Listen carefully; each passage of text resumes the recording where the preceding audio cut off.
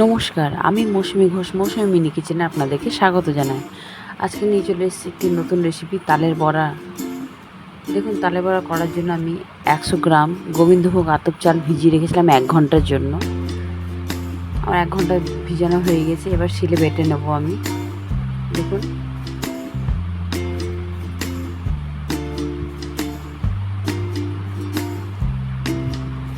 গোবিন্দভোগ আতপ চাল দিলে পরে বড়াটা খেতে খুব সুন্দর টেস্ট হয়, খুব সুস্বাদু হয়। বন্ধুরা, এর মধ্যে ভিডিও দিতে পারিনি, আমার শরীরটা খুব খারাপ ছিল, সে কারণে আমি ভিডিও দিতে পারিনি। এবার থেকে আমি আরও ভিডিও দিব, আপনারা দেখবেন, কমেন্ট করবেন, লাইক কমেন্ট শেয়ার করবেন, আর সাবস্ক্রাইব করবেন, পাশে থাকা বেল আইকনটি টিপে দিবেন। আমি সিলেক্ট করে বেটে নিচ্ছি।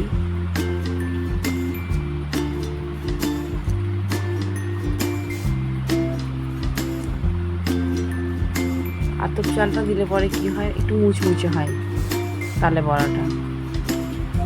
বেশি দেবেন না বন্ধুরা, বেশি দিলে পরে শক্ত হয়ে যায়। আমি দিয়েছি 100 গ্রাম দিয়েছি।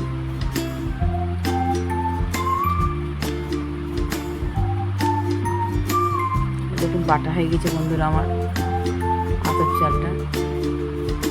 এবার শুকনো করে আতপ চালটা তুলে নিলাম, পরে আপনার একটু সামান্য একটু জল দিয়ে গুলিয়ে নিতে পারবেন।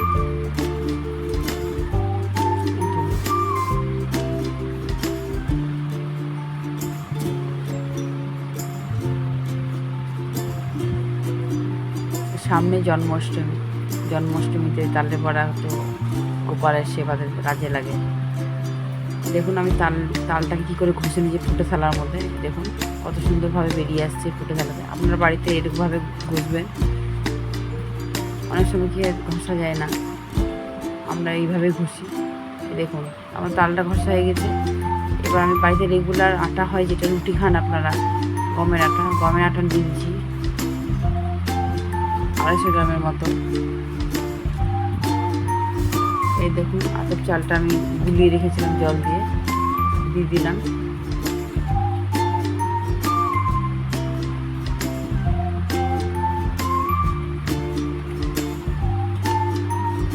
এবারে দেবো এই যে নারকেল কুড়া আছে আমার, অল্প পরিমাণে দিয়েছি, বেশি দিয়ে না।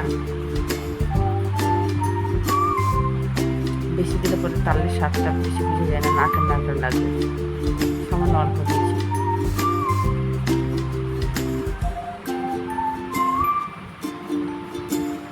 দিব চিনি, আমি চিনি দিয়ে করছি। বন্ধুরা, আপনারা গুড় দিয়ে করতে পারেন, কিংবা গুড় চিনি মিক্সড করে করতে পারেন। আমি শুধু চিনি দিয়ে করছি।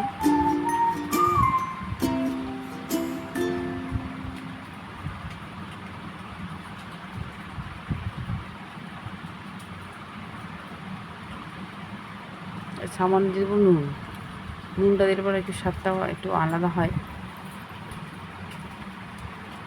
ভালো করে আমি এটাকে মাখিয়ে নেব, খুব করে মাখাতে হবে, সুন্দরভাবে মাখাতে হবে। মিনিমাম আধ ঘন্টা মতো মাখালে পরে আমি পেস্টের মতো করতে হবে। চটকি মাখিয়ে নিতে হবে। তাহলে সামান্য একটু জল দিয়ে আপনারা মাখাতে পারেন, সামান্য 1 কাপ জল দিয়ে পেস্ট করতে পারেন। পেস্ট করলে ভালো হবে। মাখিয়ে নেবো আমি, খুব একটা পাতলা করতে হবে না, ঘনই থাকবে, তাহলে বড়াটা তুলে দিতে ভালো হয় কড়াইয়ে।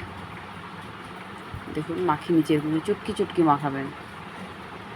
চটকি মাখালে কী হবে, তালের বড়াটা ভালো করে ফুলবে। আমি এতে কোনো বেকিং সোডা দিইনি, আমি এমনি করেছি। দেখুন, আমি কড়াইয়ে সাদা তেল দিয়ে দিয়েছি, সয়াবিন সাদা তেল। বন্ধুরা, তালের বড়াতে বেশি তেল লাগে না, যা তেল দেবেন দেখবেন তাই থাকছে তেল দেবেন। সাদা তেলে বড়া ভাজতে ভালো হয়।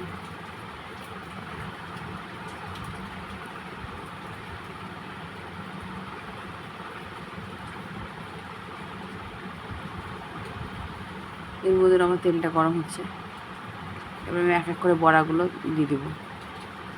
এরকম ছোটো ছোটো করে বড়া করে ছেড়ে দিতে হবে কড়াইয়ে। প্রথমে হাই আঁচ দিবেন গ্যাসে, দেওয়ার পর যখন দেবেন এদিক ওদিক উল্টে পাল্টে দেবেন, তারপরে আঁচটা কমিয়ে দেবেন, মিডিয়াম করে দেবেন। তাহলে কি হয়, আস্তে আস্তে ভেতরের যে তালের বড়াটা আছে সেটা মানে ভালোভাবে ভাজা হবে। তাহলে কী হয়, সর্বপ্রথম গ্যাসটা জ্বেলে দিলে, বেশি করে আঁচ জোরে দিলে পরে ওপরগুলো ঝলসে যাবে, ভেতরটা কাঁচা থেকে যায়, সেটা আর হবে না। প্রথমে হাই রাখবেন, তারপর উলট পালট করে দিয়ে মিডিয়াম করে দেবেন, সুন্দর হয় বড়া ভাজাটা।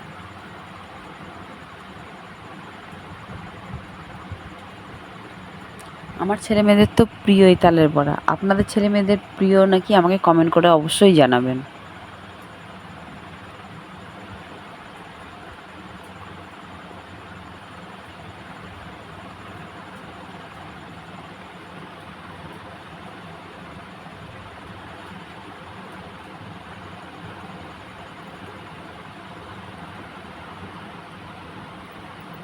দেখুন উল্টে পাল্টে দিচ্ছি, এক পিঠটা লাল হয়ে গেছে। এইরকম করে আস্তে আস্তে সব উল্টে পাল্টে দিতে হবে, তাড়াহুড়ো করলে হবে না, আস্তে আস্তে উল্টাতে হবে, নয়তো তাল বড়াগুলো কেটে কেটে যাবে। দেখুন কি সুন্দর ফুলে ফুলে উঠেছে, আমি ছোটো ছোটো করে দিয়েছিলাম, দেখতে বেশ মজা লাগছে।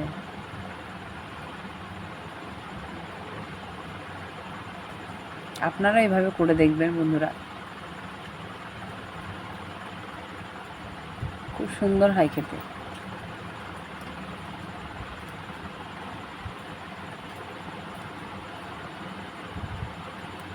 জন্ম অষ্টমীতে অবশ্যই বানাবেন, বানিয়ে দেখবেন। হ্যাঁ, আপনারা আমি যে লবণটা দিয়েছি, লবণটা তখন নাও দিতে পারেন, কেন গোপালের সেবাতে অনেক সময় লবণ দেয় না, আপনারা লবণ ছাড়াই দেবেন।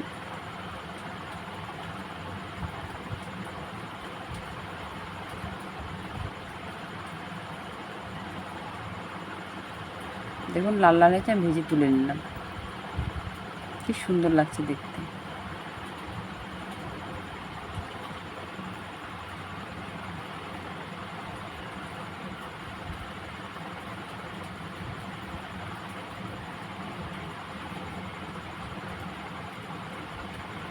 দেখুন বন্ধুরা, তালের বড়াটা কি সুন্দর ভাজা হয়েছে ভেতরটা। বন্ধুরা, আপনারা সুস্থ থাকবেন, ভালো থাকবেন, আমার ভিডিওগুলো দেখবেন।